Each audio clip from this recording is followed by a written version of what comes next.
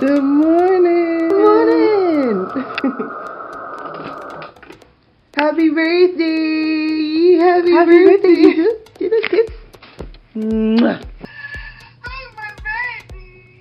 You what? You what? You are 1 year old. Hate him on today because my mom passed away on my 11th birthday. So I passed my there's this exam that we took in school, where you know if you're what kind of high school you're gonna go to, and I passed and I got to one of Regents, like in Americans Regents. It's almost like Regents, but it's like I forgot what it's called, man. GSAT. So I passed my GSAT for one of the best schools in Mandeville. One of the best schools, and it happened to be an all-girls school. And I went home, and she was sick with cancer, and my grandmother was there and everything. So I went home and I was like, Mommy, guess what school I got into? You know, she didn't really have much strength or whatever. So she's like, oh my gosh, you know, congratulations. So I was super excited. Told my dad, super excited. All right. So the next day, which was Thursday, it was my birthday, and it was like a normal day. I was excited, got my hair twisted up and everything, and I went to school, and I used to walk home. School was like, it wasn't that close, but in Jamaica you're not afraid of walking, you know what I mean? Right. I was wondering why no one waited for me after school. Right. Just to find out that they were trying to surprise me. So they flowered me. In Jamaica, on your birthday, they throw flour on you. So they flowered me and egged me. And I walked home with the flour and the egg, and they were laughing and they hugged me and whatever. I walked up the hill, came into the house, and then my mom was doing very bad, like you could tell. So I went into the room. She wasn't in the bedroom anymore. She in Daddy's bedroom. She was in the guest room with my grandmother. I was like, my friends flowered me, look, you know, and showing her, and so excited, and my energy was so high. And then all I remember is that she couldn't even do much but smile. I just remember her smiling. We had a helper at the time, Kizzy. Kizzy was baking a cake because she knows it's my birthday. Then I remember someone screaming out, oh my God, Maxine is dead. So I remember hearing it, but I remember pausing with my book thing, whatever I was doing, homework or reading. And then I remember thinking, like I'm picturing it now, and I remember thinking, okay, no way.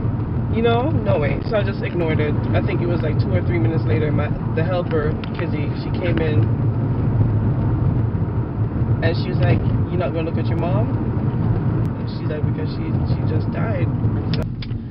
So I'm trying not to get emotional. And now Mommy was in their room, she and Daddy's room, on the bed. So I remember me and Janine standing by the room door, and then Janine ran up to Mommy's bed. She's like, Mommy, wake up. So now my aunt is like having a hand on Janine's shoulder. She's like, trying to explain to Janine that Mommy's not sleeping. So I'm standing by the door, because I'm like basically in shock, but I couldn't touch her because I'm just like, I remember standing there, but I remember Janine kneeling by the bed and kind of holding Mommy's hand, like she was trying to understand, like, why is Mommy not waking up? And then I don't remember what happened after that, but I just remember my birthday cake burning because everybody, it was like chaotic. A whole bunch of crying, and I remember somebody, I'm not sure if it's Kizzy or some relative, calling Daddy. And I remember them covering her with a sheet. So now,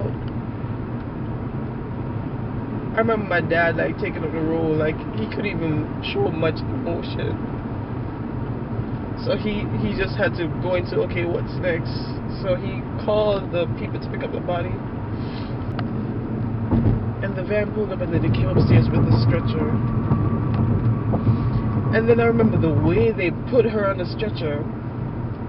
It's like, oh, we just threw the body on the stretcher. Oh, she's dead, you know, so just fling her on the stretcher. I remember the funeral. I remember them saying that they don't want anybody wearing black and white because it's a celebration. My dad remarried. It took me so long to even say Happy Mother's Day to her, because I felt like I was doing my mom injustice by saying Happy Mother's Day to someone else. I remember me and Janine just saying, it's like a mental thing that we have, and we're just like, okay, we're on our way to church. And Mother's Day didn't happen a weekday where you can just cry it out and then be done with it. Mother's Day always felt on a Sunday, so it's just like, oh God. So we're like, brace yourself, you're going in front of people. It's like, okay, now we're filled with water, and we're in service, and we're smiling, and we're doing praise and worship, and, you know, we're trying to be joyful because it's a joyful moment, it's a joyful day. Bag of water. And with every tribute that everyone made to their mother that was at church, it was like a pin in the bag of water. Every tribute is like someone popping a pin in our bag of emotions that we're trying to hold. So then after a while, every Mother's Day we end up exploding. It's like we're trying to hold in so much and we end up busting out in tears almost every Mother's Day. And then my first Mother's Day, which was last year, I had mixed emotions. I was excited to be a mom, excited at my first Mother's Day, but I'm like, you're not even here. And there's moments where I'm just like, I wish you were here to see your first granddaughter. I wish.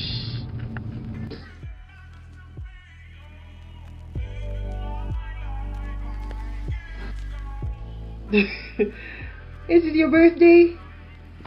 Are you all dressed? Is it your birthday? It isn't easy, but thank God I've inherited her strength, and Genesis had her first birthday. I see a lot of me in her, and Dad says he sees a lot of my mom in me. Motherhood showed me that as women, we're so much stronger than we think we are. The late nights, the tears, the exhaustion, the giggles, the spit-ups, the diaper blowouts. I'm embracing it all.